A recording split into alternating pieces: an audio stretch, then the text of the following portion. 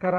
ನಾನು Nagendra, KSOU MA Kannada 2ನೇ semester, ಪತ್ರಿಕೆ 5 ಶಾಸ್ತ್ರ ಮತ್ತು ಚಾರಿತ್ರಿಕ ಸಾಹಿತ್ಯ. ಈ ಪತ್ರಿಕೆಯ ಮೊದಲ ಸಂಚಿಕೆಯ ಮೊದಲ ಘಟಕದಲ್ಲಿರುವ ಪ್ರಮುಖ ಅಂಶಗಳನ್ನು ಈ ವಿಡಿಯೋದಲ್ಲಿ ಹೇಳೋದಕ್ಕೆ ಇಷ್ಟಪಡ್ತೀನಿ. ಮೊದಲ ಘಟಕದ ಪ್ರಮುಖ ಅಂಶಗಳನ್ನು ಹೇಳೋದಕ್ಕೆ ಮೊದಲು ಪತ್ರಿಕೆ 5 ಶಾಸ್ತ್ರ ಮತ್ತು ಚಾರಿತ್ರಿಕ ಸಾಹಿತ್ಯ ಈ ಪತ್ರಿಕೆಯಲ್ಲಿ ಏನೇನಿದೆ ಅಂತ ನೋಡೋಣ. ಈ ಪತ್ರಿಕೆಯಲ್ಲಿ 3 ಸಂಚಿಕೆಗಳಿವೆ. ಮೊದಲನೆಯ ಸಂಚಿಕೆಯಲ್ಲಿ ಶಾಸ್ತ್ರ ಸಾಹಿತ್ಯ ಹಾಗೂ ಚಾರಿತ್ರಿಕ ಕಾವ್ಯಗಳ ಕುರಿತಂತೆ ವಿವರಣೆಗಳನ್ನು ನೀಡಲಾಗಿದೆ. ಶಾಸ್ತ್ರ ಸಾಹಿತ್ಯ ಎಂದರೆ ಏನು, ಅದು ಯಾಕೆ ಬೇಕು, ಕನ್ನಡದಲ್ಲಿ ಬಂದಿರುವ ಚಾರಿತ್ರಿಕ ಕಾವ್ಯಗಳ ಹಿನ್ನೆಲೆ, ಸ್ವರೂಪ, ಲಕ್ಷಣಗಳಲ್ಲದೆ ಚಾರಿತ್ರಿಕ ಧ್ವನಿ ಇರುವಂತಹ ಕಾವ್ಯಗಳನ್ನು ಈ ಮೊದಲನೆಯ ಸಂಚಿಕೆಯಲ್ಲಿ ಪರಿಚಯಿಸಲಾಗಿದೆ. ಇನ್ನು 2ನೆಯ ಸಂಚಿಕೆಯಲ್ಲಿ ಶುದ್ಧ ಮತ್ತು ಲೌಕಿಕ ಶಾಸ್ತ್ರಕೃತಿಗಳನ್ನು ಪರಿಚಯ ಮಾಡಿಕೊಳ್ಳಲಾಗಿದೆ. 3 ಕೃತಿಗಳ ಬಗ್ಗೆ ನಾವು ಈ ಸಂಚಿಕೆಯಲ್ಲಿ ತಿಳ್ಕೊತೀವಿ. ಮೊದಲನೇದು ಕವಿರಾಜ ಮಾರ್ಗ, ಇದು ಶಾಸ್ತ್ರವೂ ಹೌದು ಮತ್ತು ಕನ್ನಡ ನಾಡನ್ನು ಕುರಿತಂತೆ ಬೆಳಕು ಚೆಲ್ಲುವಂತಹ ಅದ್ವಿತೀಯ ಗ್ರಂಥ ಅಂತ ಸಹ ಹೇಳಬಹುದು. ಇನ್ನು 2ನೆಯ ಕೃತಿ ಖಗೇಂದ್ರ ಮಣಿದರ್ಪಣ, ವಿಷವೈದ್ಯದ ಅದ್ಭುತ ಲೋಕವನ್ನು ಈ ಶಾಸ್ತ್ರದ ಕೃತಿ ತೆರೆದಿಡುತ್ತೆ. ವಿಷ ಜೀವವನ್ನು ಕೊಲ್ಲುವ ಸಾಧನ ಅಷ್ಟೇ ಅಲ್ಲ, ಅದು ಚಿಕಿತ್ಸೆ ಕೊಡಲು ಸಹ ಉಪಯೋಗ ಆಗುತ್ತೆ ಅನ್ನೋದನ್ನು ಈ ಖಗೇಂದ್ರ ಮಣಿದರ್ಪಣ ಕೃತಿ ತಿಳಿಸುತ್ತೆ. ಇದೊಂದು ಅತ್ಯಂತ ಕುತೂಹಲವನ್ನು ಹುಟ್ಟಿಸುವ ಕೃತಿ ಅಂತ ಹೇಳಬಹುದು. ಇನ್ನು 3ನೆಯ ಕೃತಿ ಚಾವುಂಡರಾಯನ ಲೋಕೋಪಕಾರ, ಇದು ಸಹ ಒಂದು ಆಸಕ್ತಿಕರವಾದ ಕೃತಿಯಾಗಿದೆ. ಇನ್ನು 3ನೆಯ ಸಂಚಿಕೆಯಲ್ಲಿ ಚಾರಿತ್ರಿಕ ಕಾವ್ಯಗಳನ್ನು ಅಭ್ಯಾಸ ಮಾಡ್ತೀವಿ. 2 ಚಾರಿತ್ರಿಕ ಕಾವ್ಯಗಳು. ಮೊದಲನೇದು ನಂಜುಂಡ ಕವಿಯ ಕುಮಾರರಾಮ ಸಾಂಗತ್ಯ ಅಥವಾ ಅದನ್ನು ರಾಮನಾಥ ಚರಿತೆ ಅಂತ ಕರೀತಾರೆ. 2ನೆಯದು ಗೋವಿಂದ ವೈದ್ಯ ಕವಿಯ ಕಂಠೀರವ ನರಸರಾಜ ವಿಜಯ. ಹೀಗೆ ಈ ಪತ್ರಿಕೆಯಲ್ಲಿ ಬರುವ 3 ಸಂಚಿಕೆಗಳಲ್ಲಿ ಮೊದಲನೇದರಲ್ಲಿ ಕೇವಲ ಒಂದು ಮುನ್ನೋಟ ಇದೆ ಶಾಸ್ತ್ರ ಮತ್ತು ಚಾರಿತ್ರಿಕ ಸಾಹಿತ್ಯದ ಬಗ್ಗೆ. 2ನೇದರಲ್ಲಿ ಶಾಸ್ತ್ರಕೃತಿಗಳು, 3 ಶಾಸ್ತ್ರಕೃತಿಗಳನ್ನು ನಾವು ಪರಿಚಯ ಮಾಡ್ಕೊಳ್ತೀವಿ. ಮತ್ತು 3ನೆಯ ಸಂಚಿಕೆಯಲ್ಲಿ ಚಾರಿತ್ರಿಕ ಕಾವ್ಯಗಳು, 2 ಚಾರಿತ್ರಿಕ ಕಾವ್ಯಗಳ ಬಗ್ಗೆ ತಿಳ್ಕೊತೀವಿ. ಈ ಪತ್ರಿಕೆ 5ರ ಮೊದಲನೆಯ ಸಂಚಿಕೆ ಬ್ಲಾಕ್ 36 ಶಾಸ್ತ್ರ ಸಾಹಿತ್ಯ. ಇದರಲ್ಲಿ 4 ಘಟಕಗಳಿವೆ. ಮೊದಲನೆಯ ಘಟಕ 141 ಶಾಸ್ತ್ರ ಸಾಹಿತ್ಯದ ಹಿನ್ನೆಲೆ, ಸ್ವರೂಪ ಮತ್ತು ವಿಕಾಸವನ್ನು ತಿಳಿಸುತ್ತೆ. 2ನೇ ಘಟಕ 142 ಕನ್ನಡದ ಪ್ರಮುಖ ಶಾಸ್ತ್ರಕೃತಿಗಳು, ಕವಿರಾಜ ಮಾರ್ಗ, ಖಗೇಂದ್ರ ಮಣಿದರ್ಪಣ, ಚಾವುಂಡರಾಯ ಲೋಕೋಪಕಾರ, ಈ 3 ಕೃತಿಗಳ ಬಗ್ಗೆ ಈ ಘಟಕದಲ್ಲಿ ಪರಿಚಯ ನೀಡಲಾಗಿದೆ. ಮತ್ತು ಈ ಬ್ಲಾಕಿನ 3ನೇ ಘಟಕ 143 ಚಾರಿತ್ರಿಕ ಸಾಹಿತ್ಯ. ಇದರಲ್ಲಿ ಚಾರಿತ್ರಿಕ ಸಾಹಿತ್ಯದ ಬಗ್ಗೆ ಪರಿಚಯ ಮಾಡಿಕೊಡಲಾಗಿದೆ. ಮತ್ತು ಈ ಬ್ಲಾಕಿನ ಕಡೆಯ ಘಟಕ 144 ಇದರಲ್ಲಿ ಪ್ರಮುಖ ಚಾರಿತ್ರಿಕ ಕಾವ್ಯಗಳಾದ ನಂಜುಂಡ ಕವಿಯ ಕುಮಾರರಾಮ ಸಾಂಗತ್ಯ ಅಥವಾ ರಾಮನಾಥ ಚರಿತೆ ಹಾಗೂ ಗೋವಿಂದ ವೈದ್ಯ ಕವಿಯ ಕಂಠೀರವ ನರಸರಾಜ ವಿಜಯ, ಈ 2 ಕೃತಿಗಳ ಬಗ್ಗೆ ನಾವು ತಿಳ್ಕೊತೀವಿ. ಇದಲ್ಲದೆ ಹಲವಾರು ಶಾಸ್ತ್ರಕೃತಿಗಳು ಹಾಗೂ ಚಾರಿತ್ರಿಕ ಕಾವ್ಯಗಳು ಕನ್ನಡದಲ್ಲಿ ಇದೆ ಅನ್ನೋದನ್ನು ನಾವು ಮರಿಬಾರ್ದು. ಇನ್ನು ಈ ಮೊದಲನೆಯ ಘಟಕ ಪತ್ರಿಕೆ 5 ಮೊದಲ ಸಂಚಿಕೆ ಮೊದಲನೆಯ ಘಟಕ 141 ಶಾಸ್ತ್ರ ಸಾಹಿತ್ಯದ ಹಿನ್ನೆಲೆ, ಸ್ವರೂಪ ಮತ್ತು ವಿಕಾಸ.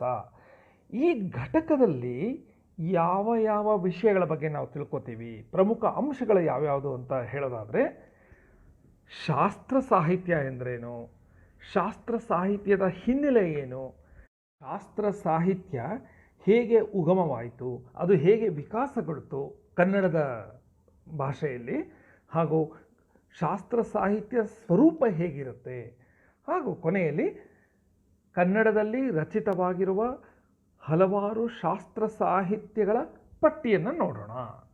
ಮೊದಲಿಗೆ ಶಾಸ್ತ್ರ ಸಾಹಿತ್ಯ ಎಂದರೇನು? ಏನು ಹೇಳ್ಬೋದು ಅಂದರೆ, ಯಾವುದೇ ಶಾಸ್ತ್ರದ ಬಗ್ಗೆ ರಚಿಸಲಾಗಿರುವ ಗ್ರಂಥ ಅಥವಾ ಕೃತಿಯನ್ನು ಶಾಸ್ತ್ರ ಸಾಹಿತ್ಯ ಅಂತ ಹೇಳಬಹುದು. ಮನುಷ್ಯ ತನಗಿರುವ ಸಂವಹನದ ಮಾಧ್ಯಮವನ್ನು ಬಳಸ್ಕೊಂಡು ಜಗತ್ತನ್ನು ತಿಳ್ಕೊಳ್ಳೋ ಪ್ರಯತ್ನ ಮಾಡ್ತಾನೆ. ಆದ್ದರಿಂದಲೇ ಭಾಷೆ ಅನ್ನೋದು ಕೇವಲ ಸಂವಹನದ ಮಾಧ್ಯಮವಾಗದೆ ಜ್ಞಾನ ಪ್ರಸರಣ ಮಾಡೋದಕ್ಕೆ ಪ್ರಮುಖವಾದ ಆಕರವಾಗಿದೆ. ಕನ್ನಡವೆಂದರೆ ಕೇವಲ ಸಾಹಿತ್ಯ ಅಲ್ಲ, ಆ ಸಾಹಿತ್ಯದೊಳಗೆ ಜೀವನಕ್ಕೆ ಬೇಕಾಗುವ ಎಲ್ಲ ವಿಚಾರಗಳು ಇದೆ. ಅದಕ್ಕೆ ಇದನ್ನು ಶಾಸ್ತ್ರೀಯ ಭಾಷೆ ಅಂತ ಕರೆಯಲಾಗುತ್ತೆ. ಇನ್ನು ಕನ್ನಡಿಗರಿಗೆ ಬೇಕಾದ ಜ್ಞಾನವನ್ನು ನೀಡುವ ಎಲ್ಲ ಶಾಸ್ತ್ರಗಳನ್ನು ಕನ್ನಡ ಭಾಷೆ ನೀಡುತ್ತಾ ಬಂದಿದೆ. ಉದಾಹರಣೆಗೆ, ಭಾಷೆಯ ಬಳಕೆಗೆ ಅನುಸರಿಸಬೇಕಾದ ಮಾರ್ಗಕ್ಕೆ ಕವಿರಾಜ ಮಾರ್ಗ ಎಂಬುವ ಕಾವ್ಯ ರಚಿತವಾಗಿದೆ.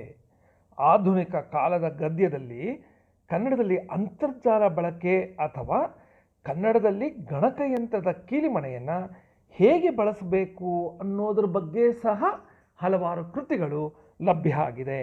ಅಂದರೆ ಯಾವುದೇ ವಿಷಯದ ಬಗ್ಗೆ ಜ್ಞಾನವನ್ನು ಪಸರಿಸುವ ಹಲವಾರು ಶಾಸ್ತ್ರ ಸಾಹಿತ್ಯಗಳು ಕನ್ನಡದಲ್ಲಿ ರಚಿತವಾಗಿದೆ. ಹಿಂದೆ ಪದ್ಯ ರೂಪದಲ್ಲಿ ಹೆಚ್ಚಾಗಿ ಇರ್ತಾ ಇದ್ದ ಶಾಸ್ತ್ರ ಗ್ರಂಥಗಳು ಈಗ ಗದ್ಯ ರೂಪದಲ್ಲಿ ಹೊರಬರ್ತಾ ಇದೆ. ಕನ್ನಡದಲ್ಲಿ ರಸಾನುಭವವನ್ನು ನೀಡುವ ಸಾಹಿತ್ಯದ ಜೊತೆಗೆ ಸಾಹಿತ್ಯದ ಶಾಸ್ತ್ರವನ್ನು, ಅದಕ್ಕೆ ಇರುವ ನಿಯಮಗಳನ್ನು ಹೇಳುವ ಸಾಹಿತ್ಯ ಸೂತ್ರದ ಶಾಸ್ತ್ರ ಗ್ರಂಥಗಳು ಸಹ ರಚನೆಯಾಗಿವೆ. ಜ್ಞಾನದ ವಿವಿಧ ಪ್ರಕಾರಗಳಿಗೆ ಸೇರಿರುವ ಆಯುರ್ವೇದ ವಿಜ್ಞಾನ, ಸೂಪಶಾಸ್ತ್ರ, ಧರ್ಮಶಾಸ್ತ್ರ ಮೊದಲಾದ ವಿವಿಧ ಶಾಸ್ತ್ರಗಳ ಬಗ್ಗೆ ಶಾಸ್ತ್ರ ಗ್ರಂಥಗಳು ರಚಿತವಾಗಿವೆ. ಇವುಗಳನ್ನು ನಾವು ಶಾಸ್ತ್ರ ಸಾಹಿತ್ಯ ಅಂತ ಕರೆಯೋದು. ಈ ಶಾಸ್ತ್ರ ಸಾಹಿತ್ಯ ಗ್ರಂಥಗಳು ಹೇಗೆ ರಚನೆಯಾಗಲು ಪ್ರಾರಂಭ ಆಯಿತು, ಆಗ ಇದ್ದ ಒಂದು ಪರಿಸ್ಥಿತಿ ಏನು, ಈ ಶಾಸ್ತ್ರ ಸಾಹಿತ್ಯದ ಹಿನ್ನೆಲೆ ಏನು ಅಂತ ಈಗ ತಿಳ್ಕೊಳ್ಳೋಣ. ಯಾವುದು ಮಾನವನಿಗೆ ಹಿತವನ್ನುಂಟು ಮಾಡುತ್ತೋ ಅದು ಸಾಹಿತ್ಯ. ಹಿತ ಯಾವ ರೀತಿ ಇದೆ ಅನ್ನೋದನ್ನು ಆಧರಿಸಿ ಕನ್ನಡ ರಚನೆಗಳನ್ನು, ಕೃತಿಗಳನ್ನು ಸಾಹಿತ್ಯ, ಸಾರಸ್ವತ, ವಾಗ್ಮಯ ಅಂತ ವಿಂಗಡಿಸಲಾಗಿದೆ. ಸಾಹಿತ್ಯ ಎಂದರೆ ಕಾವ್ಯಗಳ ಸಮೂಹ. ಇಲ್ಲಿ ಭಾಷೆಗೆ ಮಹತ್ವ ಇದೆ. ರಸಾನುಭವ, ಕಾವ್ಯ ಪ್ರಯೋಜನ, ಈ ಮೂರು ಒಟ್ಟಿಗೆ ಸಾಹಿತ್ಯದಲ್ಲಿ ಸಾಧಿತವಾಗಬೇಕು. ಭಾಷೆ, ರಸಾನುಭವ, ಕಾವ್ಯ ಪ್ರಯೋಜನ, ಈ ಮೂರು ಸಾಹಿತ್ಯದಲ್ಲಿ ಸಾಧಿತವಾಗಬೇಕು. ಇನ್ನು ಸಾರಸ್ವತ ಅಂದ್ರೇನು? ವಿದ್ಯೆ ಎಂದರೆ ಸರಸ್ವತಿ, ಸರಸ್ವತಿ ಎಂದರೆ ಜ್ಞಾನ.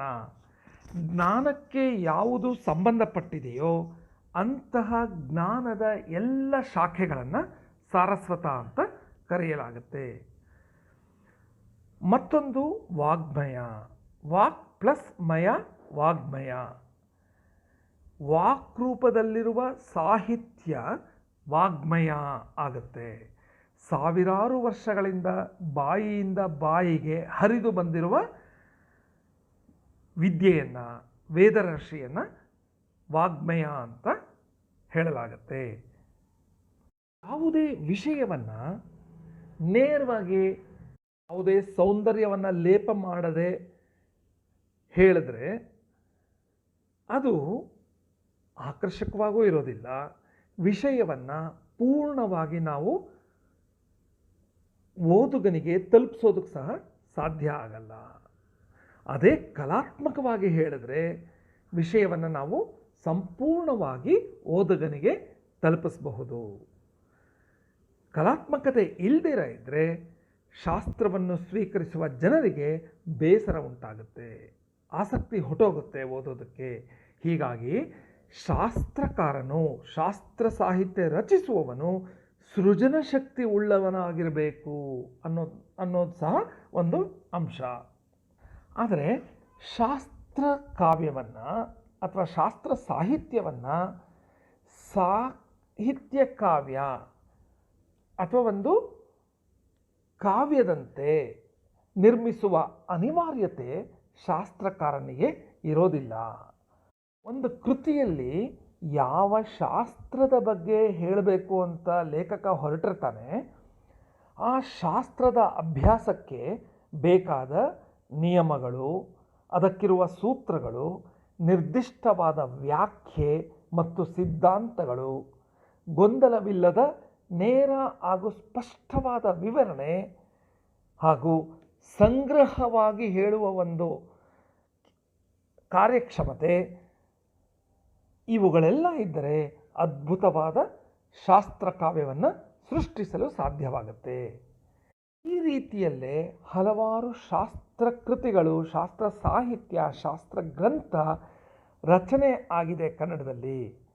ಅದಕ್ಕೆ ಮುಖ್ಯ ಕಾರಣ ಎಂದರೆ ಈ ಶಾಸ್ತ್ರ ಸಾಹಿತ್ಯ ರಚನೆ ಮಾಡುವವರ ಬಹುಪಾಲು ಕವಿಗಳು ಮಹಾಕವಿಗಳು ಅನ್ನೋದನ್ನು ನಾವು ಗಮನಿಸಬೇಕು. ಇನ್ನು ಶಾಸ್ತ್ರ ಸಾಹಿತ್ಯಕ್ಕೂ ಮಧ್ಯೆ ಇರುವ ಒಂದು ಗೆರೆ ಏನು ಅನ್ನೋದನ್ನು ಗುರುತಿಸೋದಕ್ಕೆ ಸಾಧ್ಯ ಆಗದೇ ಇರೋದಕ್ಕೆ ಪ್ರಮುಖ ಕಾರಣ ನಮಗೆ ಪ್ರಾಚೀನ ಶಿಕ್ಷಣ ಪದ್ಧತಿಯ ಅರಿವಿಲ್ಲದೆ ಇರೋದು. ಯಾಕೆ ಅಂದರೆ ಪ್ರಾಚೀನ ಕಾಲದಲ್ಲಿ ಶಿಕ್ಷಣವನ್ನು ನೀಡುವಾಗ ಎಲ್ಲ ಜ್ಞಾನದ ಶಾಖೆಗಳನ್ನು ಶಾಸ್ತ್ರ ಅಂತ ಕರೀತಾ ಇದ್ರು. ಛಂದಶಾಸ್ತ್ರ, ಸೂಪಶಾಸ್ತ್ರ, ನಾಟ್ಯಶಾಸ್ತ್ರ, ನಾಟಕಶಾಸ್ತ್ರ, ಅಶ್ವಶಾಸ್ತ್ರ, ಹೀಗೆ ಪ್ರತಿಯೊಂದು ಶಾಖೆಯನ್ನು ಒಂದು ಶಾಸ್ತ್ರ ಅಂತ ಕರೀತಾ ಇದ್ರು. ಆದರೆ ಈಗ ವಿಜ್ಞಾನ ಎನ್ನುವ ಪದವನ್ನು ಎಲ್ಲದಕ್ಕೂ ನಾವು ಬಳಕೆ ಮಾಡ್ತಾ ಇದ್ದೀವಿ. ಇನ್ನು ಶಾಸ್ತ್ರ ಸಾಹಿತ್ಯದ ಉಗಮ ಮತ್ತು ವಿಕಾಸ ಹೇಗಾಯಿತು ಅಂತ ನೋಡೋದಾದರೆ, ಪ್ರಾಚೀನ ಸಂಸ್ಕೃತ ಕವಿ ರಾಜಶೇಖರ ಎಲ್ಲ ಕೃತಿ ರಚನೆಕಾರರನ್ನು 3 ವಿಭಾಗಗಳನ್ನಾಗಿ ವಿಂಗಡಿಸ್ತಾನೆ. ಕಾವ್ಯಕವಿ, ಶಾಸ್ತ್ರಕವಿ ಹಾಗೂ ಉಭಯ ಕವಿ. ಕಾವ್ಯಕವಿ ಯಾರು? ರಸಾನುಭೂತಿಯಾಗಬಲ್ಲ ರಮಣೀಯತೆಯ ಬರವಣಿಗೆ ನೀಡುವವನು ಕಾವ್ಯಕವಿ. ಶಾಸ್ತ್ರಕವಿ ಅಂದರೆ ಯಾರು? ತರ್ಕಬದ್ಧವಾಗಿ ಬರೆಯುವ ಶಕ್ತಿ ಇದ್ದರೂ ಕಾವ್ಯದ ರಮಣೀಯತೆ ಇಲ್ಲದ ನೀರಸ ಶೈಲಿಯುಳ್ಳವ ಕವಿ ಶಾಸ್ತ್ರಕವಿ. ಕಾವ್ಯಕವಿಯಲ್ಲಿ ರಮಣೀಯತೆ ಇರುತ್ತೆ, ಆದರೆ ಖಚಿತತೆ ಹೊಂದಿರೋದಿಲ್ಲ. ಉಭಯ ಕವಿ ಅಂದರೆ ಕಾವ್ಯ ಮತ್ತು ಶಾಸ್ತ್ರಗಳೆರಡನ್ನೂ ಸಮರ್ಥವಾಗಿ ಅಭಿವ್ಯಕ್ತಿ ಮಾಡಬಲ್ಲವನು ಉಭಯ ಕವಿ. ಇನ್ನು ನಾವು 2 ಸಂಗತಿಗಳನ್ನು ನೋಡಬೇಕು. ಏನು ಅಂದರೆ, ಮೊದಲನೇದು ಕಾವ್ಯವೇ ಬೇರೆ, ಶಾಸ್ತ್ರವೇ ಬೇರೆ. ಮತ್ತೊಂದು ಸಂಗತಿ ಅಂದರೆ ಜ್ಞಾನದ ದೃಷ್ಟಿಯಿಂದ ಈ ಎರಡೂ ಸಹ ಅನಿವಾರ್ಯ. ಕಾವ್ಯದ ಬಗ್ಗೆ ಸಹ ತಿಳ್ಕೊಂಡಿರಬೇಕು, ಶಾಸ್ತ್ರದ ಬಗ್ಗೆ ಸಹ ತಿಳ್ಕೊಂಡಿದ್ರೆ ಮಾತ್ರ ಒಬ್ಬ ಉಭಯ ಕವಿ ಅಂತ ಎನಿಸಿಕೊಳ್ಳುವವನು ಅತ್ಯುತ್ತಮವಾದ ಶಾಸ್ತ್ರ ಸಾಹಿತ್ಯವನ್ನು ನಿರ್ಮಿಸೋದಕ್ಕೆ ಸಾಧ್ಯ ಆಗುತ್ತೆ. ಇನ್ನು ಶಾಸ್ತ್ರ ಸಾಹಿತ್ಯ ಎಂಬ ಸಮಾಸ ಪದದಲ್ಲಿ ಶಾಸ್ತ್ರ ಮತ್ತು ಸಾಹಿತ್ಯ ಎಂಬ 2 ಪದಗಳಿವೆ. ಶಾಸ್ತ್ರ ವಿಚಾರಗಳನ್ನು ತಿಳಿಸುವ ಬರವಣಿಗೆ ಅಥವಾ ವಾಗ್ಮಯ ಅಥವಾ ಗ್ರಂಥರಾಶಿ ಇದೇ ಶಾಸ್ತ್ರ ಸಾಹಿತ್ಯ ಅಂತ MV ಸೀತಾರಾಮಯ್ಯ ಅವರು ಹೇಳಿದ್ದಾರೆ. ಮತ್ತು ಯಾವುದೇ ಶಾಸ್ತ್ರವನ್ನು ಅರ್ಥೈಸಿಕೊಳ್ಳಬೇಕಾದರೆ ಅದಕ್ಕಿರುವ ನಿಯಮಗಳನ್ನು ಅನುಸರಿಸಲೇಬೇಕು. ಯಾವುದು ನಿಯಮಕ್ಕೆ ವ್ಯತಿರಿಕ್ತವಾಗಿದೆಯೋ ಅದನ್ನು ಬಿಡಬೇಕು. ಈ ಅಂಶವನ್ನು ಹೇಳೋದೇ ಶಾಸ್ತ್ರದ ಲಕ್ಷಣ. ಏನನ್ನು ಮಾಡಬೇಕು, ಏನನ್ನು ಮಾಡಬಾರ್ದು ಅನ್ನೋದೇ ಶಾಸ್ತ್ರದ ಲಕ್ಷಣ. ಇನ್ನು ಶಾಸ್ತ್ರ ಎನ್ನುವ ಪದಕ್ಕೆ ಅಪ್ಪಣೆ, ಆಜ್ಞೆ, ಕಟ್ಟಪ್ಪಣೆ, ತತ್ವ ಎಂಬ ಅರ್ಥಗಳನ್ನು ನಿಘಂಟುಗಳಲ್ಲಿ ನಾವು ಕಾಣಬಹುದು. ಕನ್ನಡದಲ್ಲಿ ಸಾಹಿತ್ಯಕ್ಕೆ ಸಂಬಂಧಪಟ್ಟ ಶಬ್ದಕೋಶ, ವ್ಯಾಕರಣ, ಛಂದಸ್ಸು, ಅಲಂಕಾರ, ರಸ, ಕಾವ್ಯಲಕ್ಷಣ ಮುಂತಾದವುಗಳನ್ನು ಪ್ರತಿಪಾದಿಸುವ ಗ್ರಂಥಗಳು ಬಂದಿವೆ. ಇವು ಸಾಹಿತ್ಯ ವಿಭಾಗಕ್ಕೆ ಸೇರದೇ ಇದ್ದರೂ ಸಹ ಸಾಹಿತ್ಯಕ್ಕೆ ಮುಖ್ಯವಾದ ಅಂಗಗಳಾಗಿರುವುದರಿಂದ ಇವು ಶಾಸ್ತ್ರ ಸಾಹಿತ್ಯ ಅಂತ ಎನಿಸಿಕೊಂಡಿವೆ. ಇವುಗಳಲ್ಲಿ ಪ್ರಸಿದ್ಧವಾದುದನ್ನು ನಾವು ತಿಳಿದುಕೊಳ್ಳೋಣ, ಪಟ್ಟಿ ಮಾಡೋಣ. ಇವಲ್ಲದೆ ಸಾಹಿತ್ಯಕ್ಕೆ ಸಂಬಂಧವೇ ಇಲ್ಲದೆ ಕೇವಲ ಶಾಸ್ತ್ರ ವಿಷಯಗಳನ್ನು ಪ್ರೌಢವಾದ ಗದ್ಯ ಮತ್ತು ಪದ್ಯ ಶೈಲಿಯಲ್ಲಿ ಹೇಳುವ ಅನೇಕ ಶಾಸ್ತ್ರ ಗ್ರಂಥಗಳು ಸಹ ಇವೆ ಎನ್ನುವ ವಿಷಯವನ್ನು ನಮಗೆ BM ಶ್ರೀಕಂಠಯ್ಯನವರು ಹೇಳಿದ್ದಾರೆ. ಇನ್ನು ಕನ್ನಡ ಭಾಷೆ, ಸಾಹಿತ್ಯ ಇವುಗಳ ಬಗ್ಗೆ ತಿಳಿಸುವ ಹಲವಾರು ಶಾಸ್ತ್ರ ಗ್ರಂಥಗಳು ಯಾವ್ಯಾವುದು ಅಂದರೆ, ಕನ್ನಡದ ಮೊದಲ ಉಪಲಬ್ಧವಿರುವ ಕೃತಿ ಕವಿರಾಜ ಮಾರ್ಗ ಶ್ರೀ ವಿಜಯಂದು ಕ್ರಿಸ್ತಶಕ 850ರಲ್ಲಿ ರಚಿತವಾದದ್ದು, ಸುಮಾರು ಕ್ರಿಸ್ತಶಕ 850ರಲ್ಲಿ ರಚಿತವಾದದ್ದು.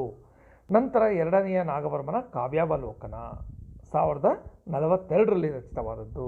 ಕವಿಕಾಮನ ಶೃಂಗಾರ ರತ್ನಾಕರ, ಕೇಶಿರಾಜನ ಶಬ್ದಮಣಿ ದರ್ಪಣ, ಸಾಳ್ವನ ರಸರತ್ನಾಕರ, ಹೀಗೆ ಹಲವಾರು ಸಾಹಿತ್ಯ ಮತ್ತು ವ್ಯಾಕರಣದ ಬಗ್ಗೆ ಕನ್ನಡದಲ್ಲಿ ಶಾಸ್ತ್ರಗ್ರಂಥಗಳು ರಚಿತವಾಗಿವೆ. ಕನ್ನಡದವರೇ ಅಲ್ಲದೆ ಪಾಶ್ಚಾತ್ಯ ವಿದ್ವಾಂಸರಾದ ವಿಲಿಯಂ ಕೇರಿಯವರ a grammar of the Karnataka language ಎನ್ನುವ ಕೃತಿ, GM ಮೆಕೆರೆಲ್ ಅವರ ಮತ್ತೊಂದು ಶಾಸ್ತ್ರ ಕೃತಿ grammar of the Karnataka language, Thomas Hodson ಅವರ ಕನ್ನಡ ವ್ಯಾಕರಣ, C. ಕ್ಯಾಂಪ್ವೆಲ್ ಅವರ ಕನ್ನಡ ವ್ಯಾಕರಣಾನುಸಾರ, ಹೀಗೆ ಹಲವಾರು ಕನ್ನಡ ಶಾಸ್ತ್ರ ಗ್ರಂಥಗಳು ರಚಿತವಾಗಿವೆ. ಇನ್ನು ಛಂದಸ್ಸನ್ನು ಕುರಿತು ಹಲವಾರು ಶಾಸ್ತ್ರ ಗ್ರಂಥಗಳು ರಚಿತವಾಗಿವೆ. ಸುಮಾರು ಕ್ರಿಸ್ತಶಕ 990ರಲ್ಲಿ 1ನೇ ನಾಗವರ್ಮನ ಛಂದೋಂಬುದಿ ಆಗ ರಚಿತವಾಗಿದ್ದು, ಜಯಕೀರ್ತಿಯ ಛಂದೋನುಶಾಸನ, ಈಶ್ವರ ಕವಿಯ ಕವಿಜಿಹ್ವಾ ಬಂಧನ, ಗುಣಚಂದ್ರನ ಛಂದಸ್ಸಾರ, ಶಾಲ್ಯದ ಕೃಷ್ಣರಾಜನ ಷಟ್ಪ್ರತ್ಯಯ, ವೀರಭದ್ರ ಕವಿಯ ನಂದಿ ಛಂದಸ್ಸು ಮತ್ತು ಇತ್ತೀಚಿನ TV ವೆಂಕಟಾಚಲ ಶಾಸ್ತ್ರಿಯವರ ಕನ್ನಡ ಛಂದಸ್ವರೂಪ. ಇವೆಲ್ಲ ಛಂದಸ್ಸನ್ನು ಕುರಿತು ರಚಿತವಾಗಿರುವ ಶಾಸ್ತ್ರಗ್ರಂಥಗಳು. ಇನ್ನು ಕನ್ನಡದಲ್ಲಿ ಭಾಷೆ ಬಿಟ್ಟು ಬೇರೆ ಶಾಸ್ತ್ರಗಳ ಬಗ್ಗೆ ರಚಿತವಾಗಿರುವ ಕೃತಿಗಳು ವೈದ್ಯಶಾಸ್ತ್ರ ಕೃತಿಗಳಿವೆ.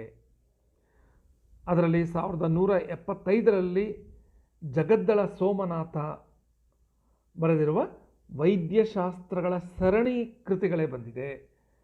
ದೇವೇಂದ್ರ ಮುನಿಯ ಬಾಲಗ್ರಹ ಚಿಕಿತ್ಸೆ, ಶ್ರೀಧರ ದೇವನ ವೇದಾಮೃತ, ಸಾಳ್ವನ ವೈದ್ಯ ಸಾಂಗತ್ಯ, ಹೀಗೆ ಹಲವಾರು ವೈದ್ಯಶಾಸ್ತ್ರ ಗ್ರಂಥಗಳು ಸಹ ಬಂದಿವೆ. ಇದಲ್ಲದೆ ಅಭಿನವಚಂದ್ರನ ಅಶ್ವಶಾಸ್ತ್ರ, ಬಾಚರಸನ ಅಶ್ವವೈದ್ಯ, ಪದ್ಮನ ಪಂಡಿತನ ಹಯಸಾರ ಸಮುಚ್ಚಯ,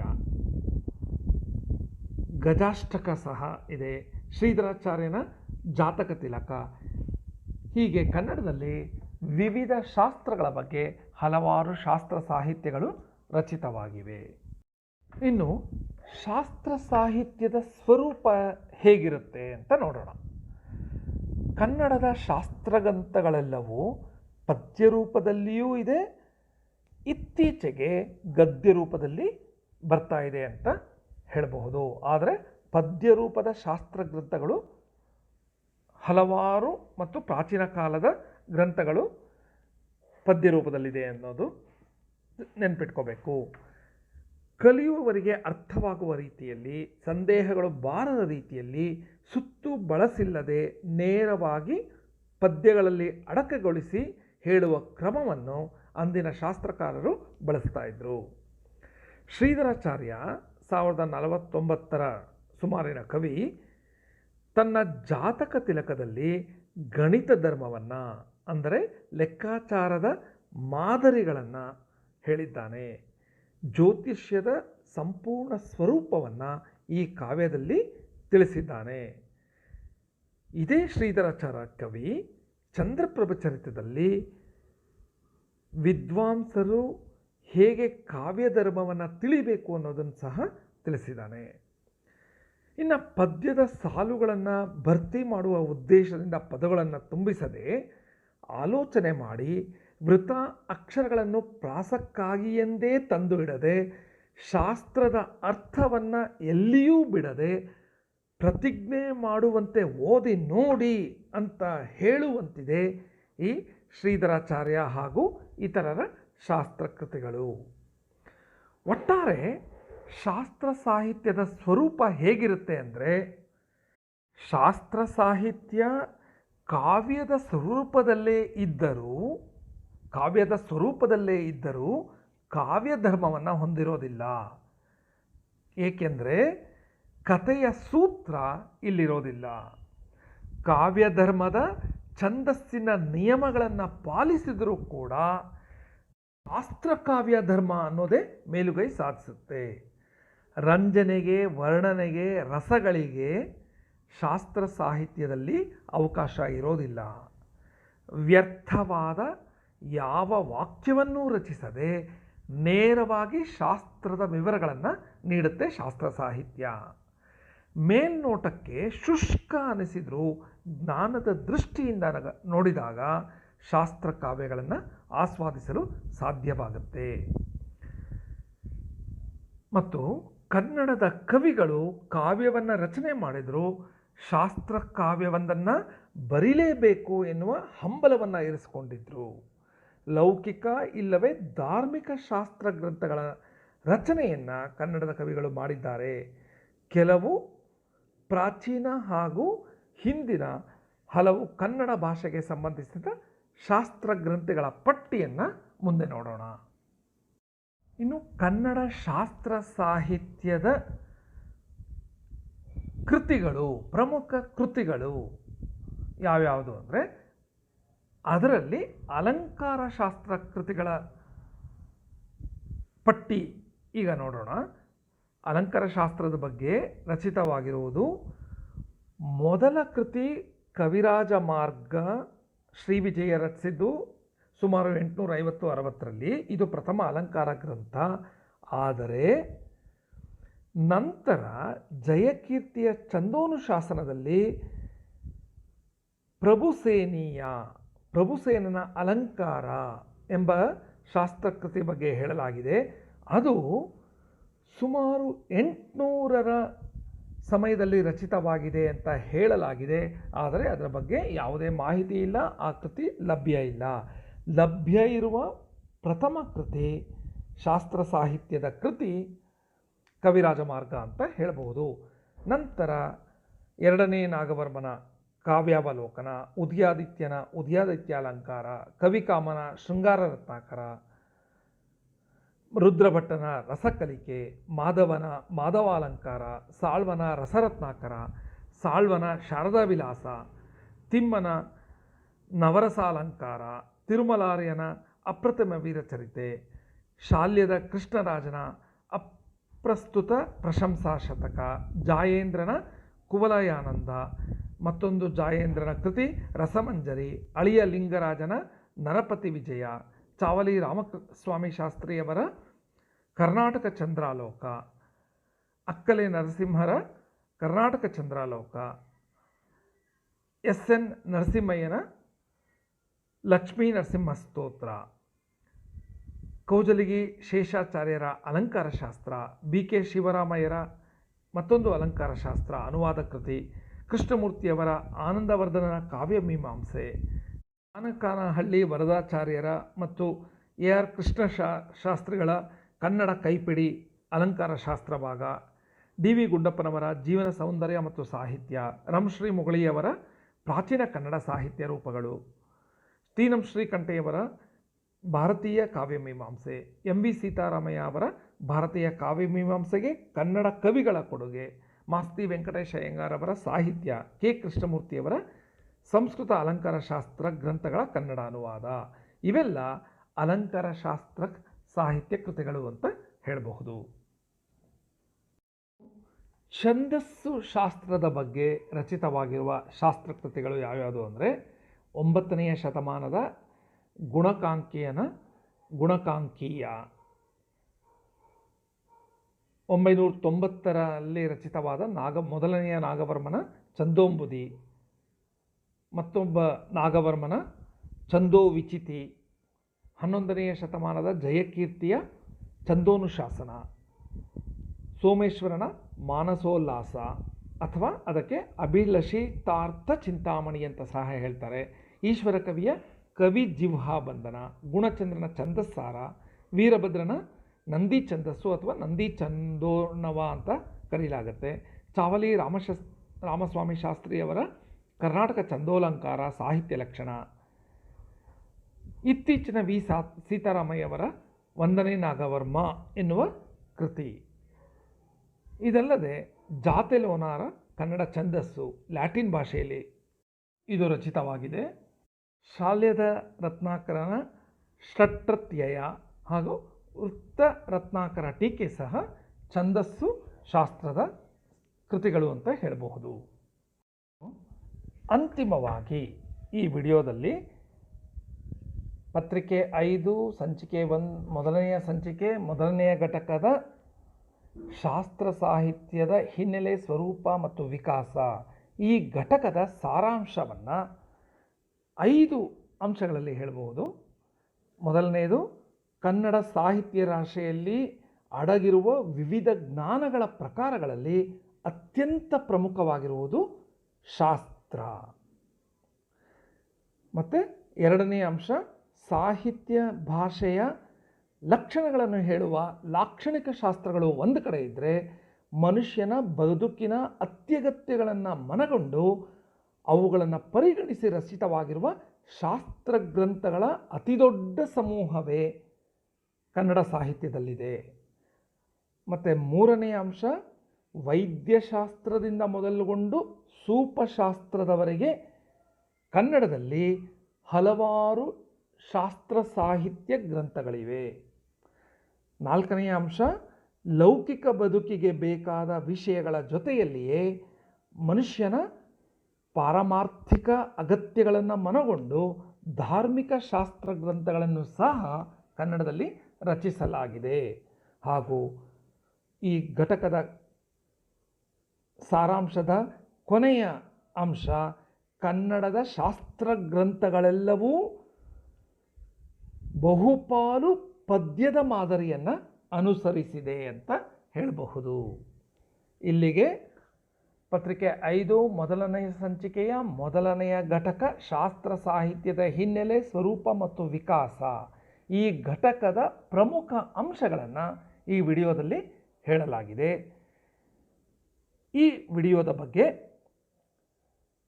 ನಿಮ್ಮ ಅನಿಸಿಕೆಯನ್ನು ಕಾಮೆಂಟ್ ಬಾಕ್ಸ್ನಲ್ಲಿ ಹಾಕಿದರೆ, ಕಾಮೆಂಟ್ಸ್ನಲ್ಲಿ ತಿಳಿಸಿದರೆ ಮುಂದಿನ ವಿಡಿಯೋಗಳನ್ನು ಕ್ರಿಯೇಟ್ ಮಾಡೋದಕ್ಕೆ ಅಥವಾ ಮುಂದಿನ ವಿಡಿಯೋಗಳನ್ನು ತಯಾರಿಸೋದಕ್ಕೆ ಅನುಕೂಲ ಆಗುತ್ತೆ ಅಂತ ನಾನು ಭಾವಿಸ್ತೀನಿ. ನಮಸ್ಕಾರ.